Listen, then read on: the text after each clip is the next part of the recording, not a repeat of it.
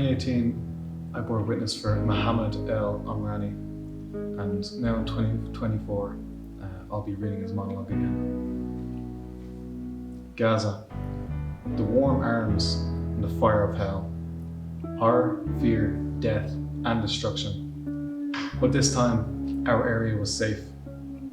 But every time the occupation attacks, they hit us first. But it looks like this time we got bored of our area and wanted to make some change, so we got lucky.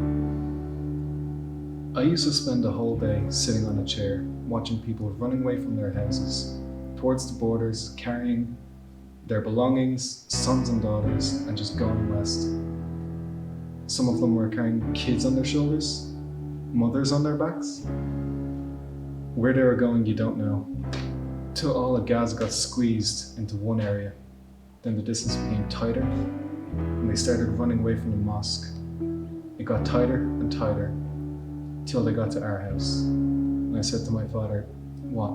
Is it our turn now? But where are we going to go?" My dad insisted that we stay at home, and said, "A person who leaves his house loses his dignity."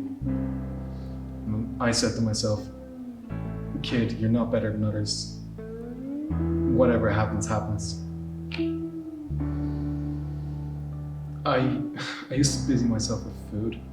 Sometimes we'd go fill water with my cousins from the pipes in the street. It was about 1,000 meters from the house.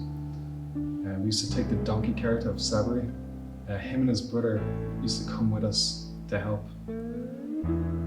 All the way, he would tell us about heroic acts and his horse, and how he would go into the wilderness and hunt birds with a slingshot. I wouldn't carry a slingshot, it's scary. But the stories were nice, and in those days they were entertaining.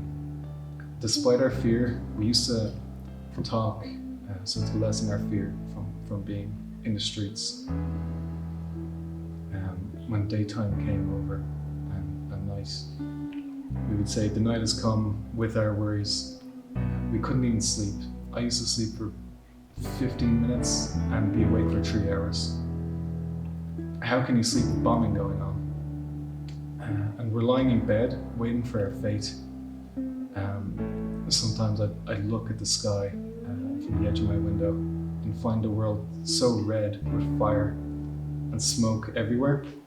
I'd ask myself, why is the whole world at rest while we're living in an inferno?